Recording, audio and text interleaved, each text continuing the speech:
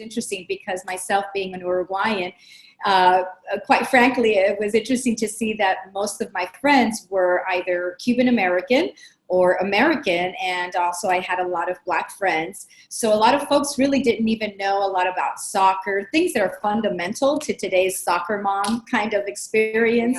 Yeah. And it was just interesting because it really gave me an international perspective with the fact that I had family in South America as well as in Europe, and then being a U.S. immigrant in the U.S.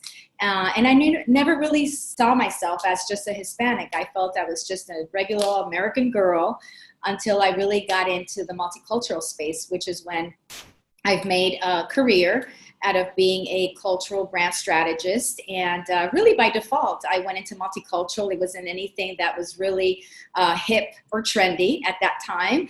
And in fact, I went into public relations and advertising, thankfully to a very high-ranking executive at Carnival Cruise Lines, that she was the highest ranking female, Karen Musell, out of an executive team of 6, and she was the only woman. So she definitely made a huge impact in my life at an early age of 16, 17 years of age, along with Mickey Arison, and really teaching me about being humble and empathetic with team members.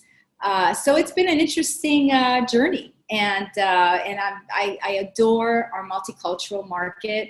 I think it's an amazing consumer. And we truly are all multicultural. That is what America is all about. We just share variety and blends of cultures. And I love that you are truly passionate about the different cultures and identifying everybody's talents and everybody's values and backgrounds and identifying what makes us stronger. So I appreciate everything that you do for the community in that sense. And I'm interested in learning a little bit about an event that really molded you into the person that you are today. I mean, you mentioned a few items out there, so I don't know if you have something in particular that you want to highlight or something else that you want to share with us. I think I'd like to probably highlight 2. I always, I love to mentor, and oftentimes I tell young women, primarily young Latinas, is just think back about when you were 10, 12 years old. If there were things that you truly, just took to heart that were just so incredibly important to you. And I remember when I was in elementary, I was part of a group with one of the teachers where we tried to help other elementary children, and I was one of them. And I always felt I was more of that mentor. And in middle school, actually, I was involved with, there was an African-American friend of mine, and he was a bookworm, wonderful young man. And he was sort of being, not bullied, but, criticized by some of the other young men in middle school. And I remember having a conversation with all of them. And I really learned a lot about myself during that experience, because it was something that just came out of me to try to really articulate what was going on with these young men and the issues that they had. And I think that's really helped me to truly understand that I am a marketer first. I love consumer behavior, but there is a sense of empathy and curiosity of wanting to understand what consumers feel. And, as a marketer, I know that we obviously partner with clients. We want to sell products and we want to sell services. But at the end of the day, there has to be an altruistic benefit to that community. And I think it's important for us as individuals, no matter what career we choose, we have to try to better either people that look like us, or if we're handicapped, whatever that may be, but we represent a certain village. And within our profession, we can really help our village and our community at large. Wow. And actually, you always mention so many valuable experiences that I feel like we can all connect to those, and standing up for others and being empathetic. And it's only a few things that you mentioned, but it's applicable to any profession, any professional out there, any Hispanic, American, any community, right? But tell me a little bit about, why do you lead the way you do? what do you think, what is your why? Why is it important to you to be empathetic? Why is it important to you to connect everybody to your message, to your product? I truly feel that we all have to walk in each other's shoes.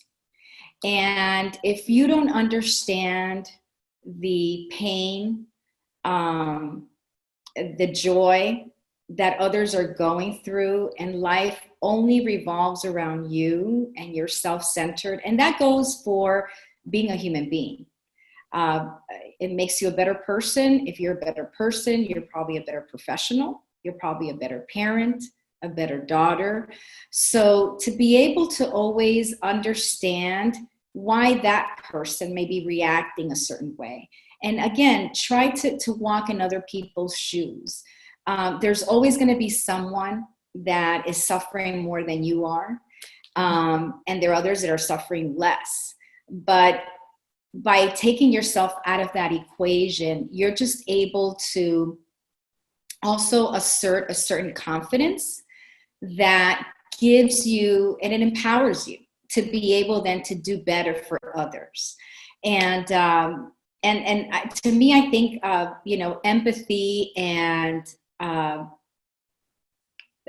honesty, they're just certain, I mean, they're sort of buzzwords today, but it just, it makes you, it fulfills you to a level that there's really no career advancement that comes close to it. And also I think it's important for us as leaders to understand this, because the same way that children watch what their parents do, young employees watch what you do.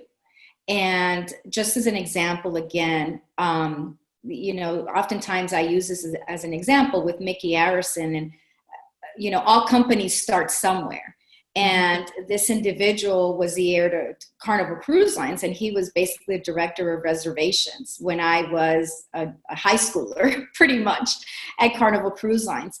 His silence and his humility made an impact on me, without ever saying anything. Just his ability to walk around and communicate with those employees, and that sense of humility taught me a lesson at the age of 17 without him ever saying one word.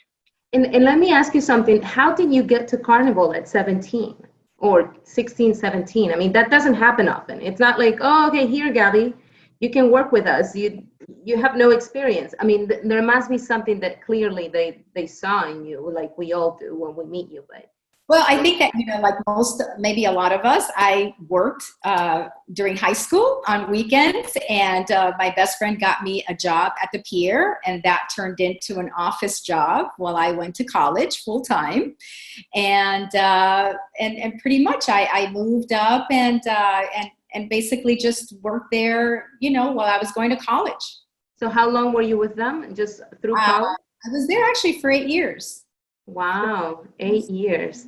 And this boss of yours, well, back then, can you tell me a little bit about him as far as how you're saying the way he treated people? So is there anything in particular? You said that he was silent, that he was, I'm guessing, approachable. I can picture him walking around and asking basic things like, how was your day? Or how are the kids? Or, things that sometimes we take for granted, and people really appreciate that sense of concern towards each other, right?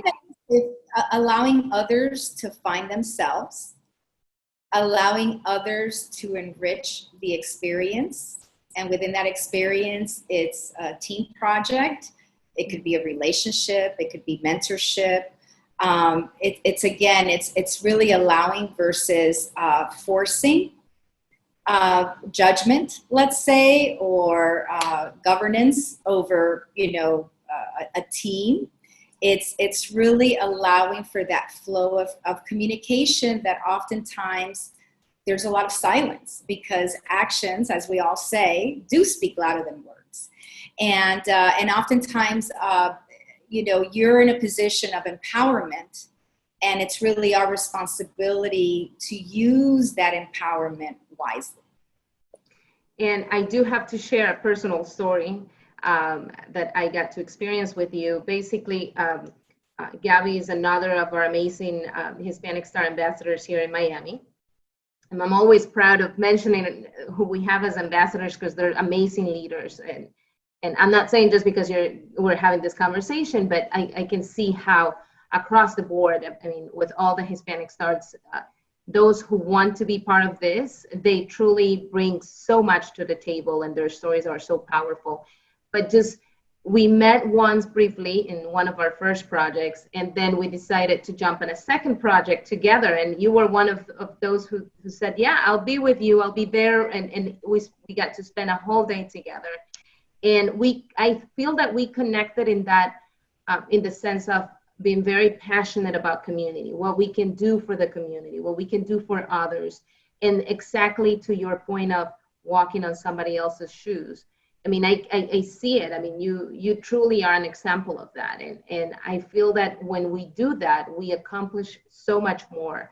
When we truly do it with the purpose of serving others, magic happens, right? I mean, kindred spirits, they connect, and companies, they start not only reaching out to us, but also trying to understand what we're doing and how, and offering their help. So it's really amazing. And it all starts with people like you and I just saying, hey, yeah, we'll do it. And let's see what happens. And I can assure everybody watching this, listening to this conversation, participating, that Gabby is truly an example of that. I commend you for that, Gabby. And I'm appreciative of knowing you and working together and having ideas and coming up with ideas together, because it's not easy what we do sometimes, like midnight, and we're still texting or talking or emailing. So it's great that you have a space for obviously your day-to-day, your 9 to 5 or 9 to 7, but you also make room for what we do next, our part-time jobs, right? With helping the community. and equally for you, I'm very proud. I must say, I always say I'm, sort of the older Gen Xer, and it's passing on la batuta kind of thing.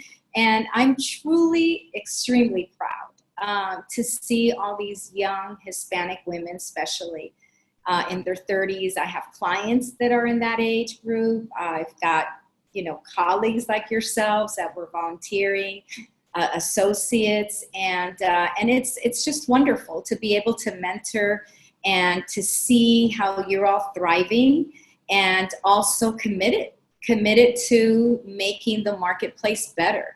And for me, it's really critical. You and I have talked about this a lot. I've been doing this for 30 some odd years, and I do take pride in sort of labeling myself as a progressive marketer. We were developing marketing campaigns for working women in the late 80s and early 90s.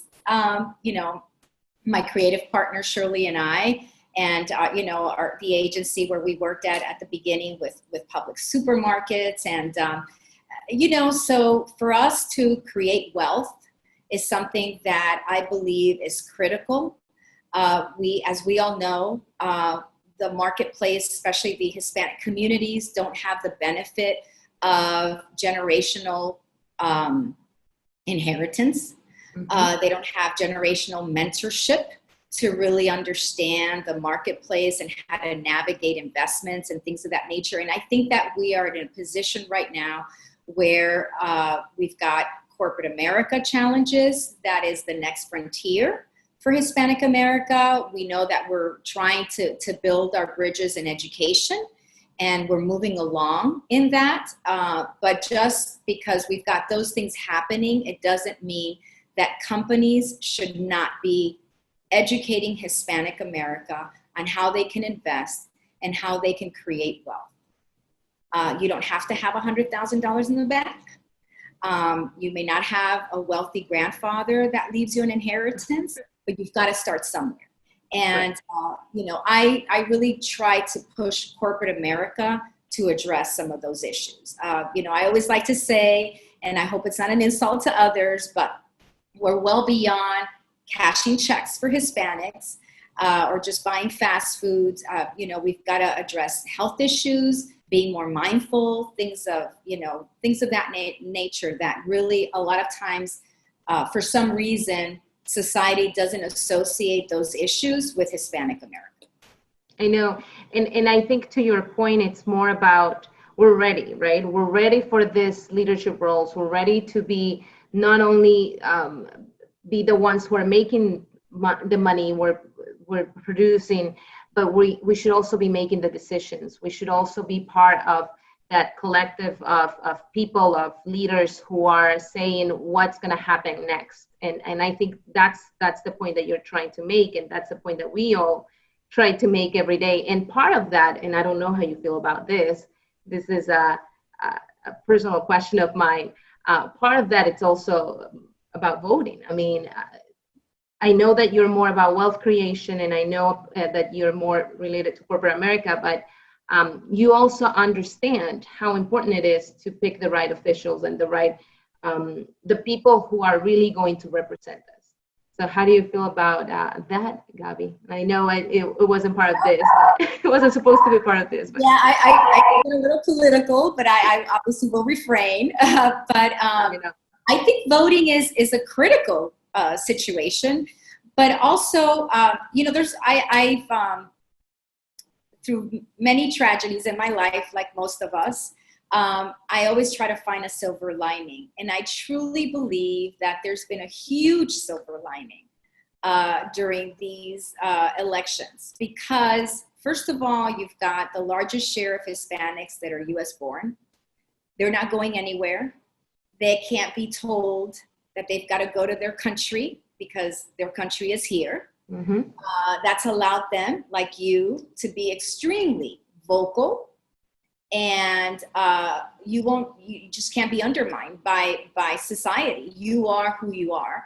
And I think it's really allowed for this civic education that's permeating through millennials, where I truly believe it's become fashionable, which I think is a wonderful thing. It's become part of pop culture, which I think is a wonderful thing. And I would venture to say that after this, we are probably going to have a rise in more Hispanics or community of color, young millennials, looking into possibly getting into civic work, becoming maybe more involved in government elections, and also the fact that they are getting a better understanding of what voting and how the government truly is run. So I truly believe that this has been a silver lining, because voting has become pop culture. Yeah, it really has. And before, I would hear people saying, nothing's going to happen. My vote is not going to change anything. And now it's more about, yes, get out and vote. Your vote counts. We need your vote. So I do want to, and every conversation that we're having lately, it's about that as well, and making mention of how important it is for us as Hispanics to be heard, to be seen, to be valued, and voting makes it all happen, right? It all ties in together. So we need to get out and vote. We need to, no matter who we're voting for, but make sure that our voices are heard. And that's what we were really pushing for here in Miami. And I know not only locally, but in the whole US with all the different hubs. If I can actually add to this, because we've done so much work, obviously, with more of the upper mobile Hispanic, but women, we've targeted women through many years of our advertising, with public supermarkets and the like. And, the voting strategy, Latinas are truly the ones that drive the village. And that village is not only the village of having a husband and children, but it's the village in a community. It's the village of sisterhood. So Latinas and Hispanic women, however we want to call ourselves, or women of color, whatever it is, we are. We can call ourselves whatever we want, right? And it really, if you empower, if corporate America understands, and in our legislation, legislation and our government officials understand the power of Hispanic women, because truly we do mobilize our villages. We truly do. We take the time, we are passionate, we're controlling, we're mindful, and we're authoritative, in our own villages, of really making sure that everybody understands what's at stake. We're pushing people. Let's get it done. I know we do it, and you know what? It's okay, because we need more of that. We need all our voices. We need all the help we can get. So yes, thank you for being part of that conversation as well. I know you're also in your different social media platforms. You also talk about this. So I do want to make sure that if anybody has any questions for you, or anyone who wants to reach out to you, let us know how to do that via LinkedIn, email, phone number, whatever you want to share, Gabby. By all means, if anybody would like to contact me on LinkedIn, on my profile under Gabriela Alcantara-Diaz. Also, semillaad.com is our agency website, if you're interested in learning more about what we do. And also nowadays, a mobile number is pretty much what you run on. So you can also feel free to call me at 305-297-0016. And I'm here to help. And that also includes small business owners that may need some help on branding, just advice. I think that, some of the trends that I'm seeing in the marketplace is that a lot of Hispanics are bartering. Instead of mentorship, which is, I think, the more maybe anglicized term, corporate America, with Hispanics, you don't really have the time. You can mentor, but you need something in return. And I think you're seeing more of this bartering of services to help one another. And that's something that I think corporate America needs to be mindful of as well. And say your phone number once more, just in case. It's 305-297-0016. Yeah, perfect. So thank you so much again, Gabby, for this wonderful conversation. It's always great to connect with you, as you know. Love you very much. And I want to thank everybody who participated in this conversation. Thank you for listening. Thank you for being a part of the Hispanic Star Initiative. And we'll see you next week. Thank you, Gabby. Thank you, Bye.